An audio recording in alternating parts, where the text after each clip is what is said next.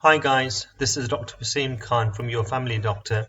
If you're new to this channel, then please consider subscribing and hitting the bell notification so that I can continue to bring you valuable medical content to your doorstep. So what keeps you awake at night? For some it may be pain from an injury they may have sustained the night before, and for others it may be stress of some sort, whether it's financial worries or anything else. Whatever the reason is, most people or most parents would agree that a crying infant or baby is a major factor in disturbing their sleep. So today I'll be going over everything you need to know about why babies cry, as well as some solutions to give you and your baby some relief. So why do babies cry? So the first is hunger. This is probably one of the most obvious causes. In the first few days of life, the child may want to feed every 1 to 3 hours. Over the first few weeks to months, the time between feeding will gradually get longer. Some of these feeding sessions may be long and others may be short. They will vary from child to child. So in order to treat this, if you're breastfeeding, you should attempt to feed the child again, even if the last feed doesn't seem that long ago. This is called responsive feeding. Your baby will let you know when he or she has had enough by coming off your breast in their own time and seeming content and settled. If you're formula feeding, your baby may not need more milk for at least 2 hours after their last feed. Every baby is different, though. If your baby is consistently not finishing their feeds, they may prefer to drink formula little and often. In this case, you could try offering them another feed earlier. The second reason is that sometimes babies cry because they are tired. Some early signs to look out for include a baby that is yawning, rubbing their eyes, pulling at their ears, staring off into space sleepily, and looking away. Crying and fussiness is usually the last sign. So in order to treat this, you should stick to a regular sleep schedule. Some other things that may help to put an overtired baby to sleep include rocking the child, soothing music in the background, or using a pacifier or a dummy. You should also feed at regular intervals.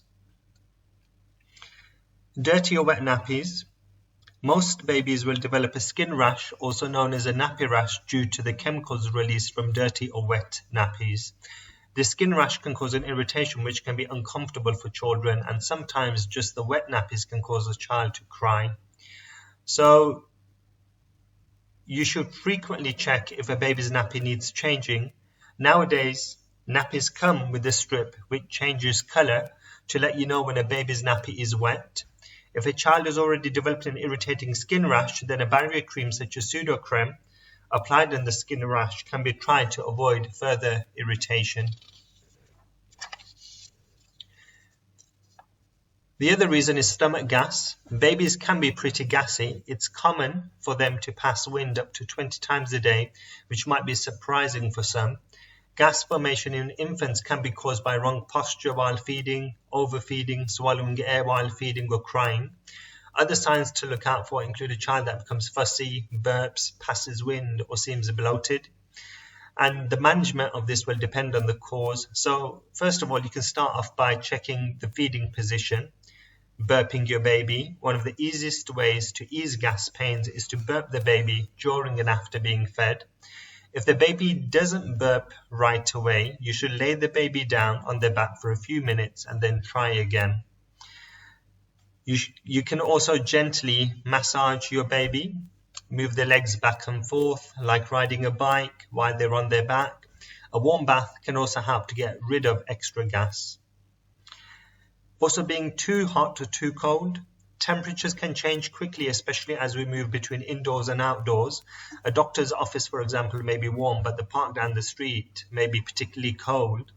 You may have dressed your baby based on the temperature in your home or the weather at the start of the day, but things may have changed since then. These temperatures can make a child uncomfortable and cause them to cry. So the solution for this is always to keep a lighter set of clothes, a sweater or a swaddling blanket in your diaper bag. Overstimulation from noise and activity is another reason for a child to cry.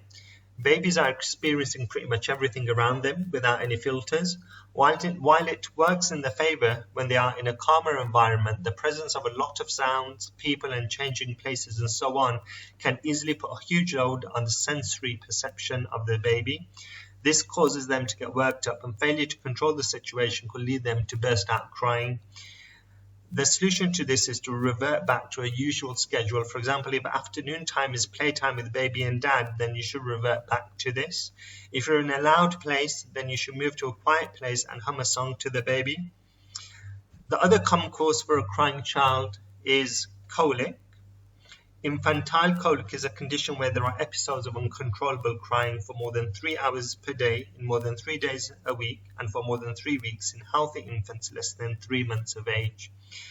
Doctors don't really know why it occurs. However, it's been postulated that it may be due to a digestive system that isn't fully developed, imbalance of healthy bacteria in the digestive tract, or food allergies or intolerances.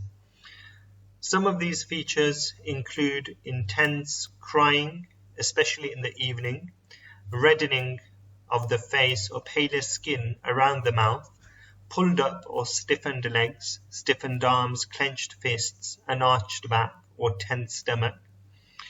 And some soothing strategies include using a pacifier or a dummy, taking your infant for a car ride or on a walk in a stroller, walking around with or rocking your baby, swaddling your baby in a blanket, giving your baby a warm bath, rubbing your infant's tummy or placing your baby on the tummy for a back rub, or playing an audio of heartbeats or quiet soothing sounds. The doctor may also recommend short-term trial of changes in diet. If you feed your infant formula, your doctor may suggest a 1-week trial of an extensive hydrolysate formula such as Similac, Nutramigen, or Progestamil, which has proteins broken down into smaller sizes. If you're breastfeeding, you may try a diet without common food allergens such as dairy, eggs, nuts, and wheat. In terms of medicines, doctors will often treat colic with Infocol, which are drops that can be taken by mouth. Gastroesophageal reflux disease is when your child brings the contents of his stomach back up into his food pipe or mouth through regurgitating the food, although a child may also vomit the food. Reflux symptoms usually start within the first months of birth. Most babies grow out of reflux by the time they're toddlers. Some other symptoms of this disease include poor weight gain and a chronic cough or wheeze. The solution for this is, for mild reflux, you should feed your baby in an upright position and keep her upright or him upright for about 30 minutes after feeds. A thickened breast milk or formula may also help. Gaviscon, as well as some other medications, may also be tried, and these can be provided by your GP. So how do you calm a crying baby? These are some of the following ways to comfort your baby. Some may work better than others. So if you're breastfeeding, you can let your baby suckle at your breast. You can have some gentle noise in the background which may help to distract your baby. You can hold your baby or put them in a sling so they're close to you. You can move them about gently, sway and dance, talk to them and sing. You can rock your baby backwards and forwards in the pram or go out for a walk or a drive. Lots of babies like to sleep in their cars. You should also undress your baby and massage them gently and firmly. You can also try a warm bath. Also speak to your health visitor if you're struggling. I will now give you guys a very quick rundown of some of the other less common causes but just as important. I know I've gone on a bit, so for those of you who want to skip this section, you can stop here.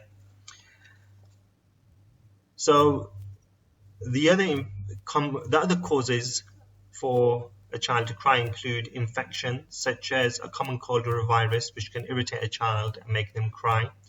Other infections include ear infections, urine infections, and meningitis, which is a more serious infection and which should be suspected in any child with a fever and a rash. Also, any problems related to the gut, such as constipation, anal fissure, which is a small cut around the outer edge of the rectum, and cow's milk protein allergy. Also, some children have neurological problems with the brain or metabolic problems such as low blood sugar, which can also cause crying. Also, has there been any trauma? This can be accidental or it can be non-accidental trauma. Unfortunately, there are some cases where a guardian who's looking after a child may cause the child intentional harm.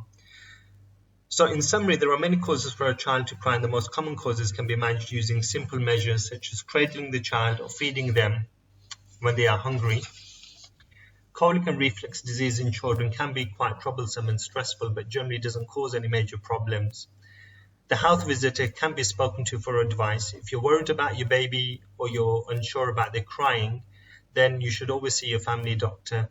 Finally, please check out some useful links on how to deal with crying children in the description below. And also leave any comments in the YouTube description about how you manage your crying baby. Thank you.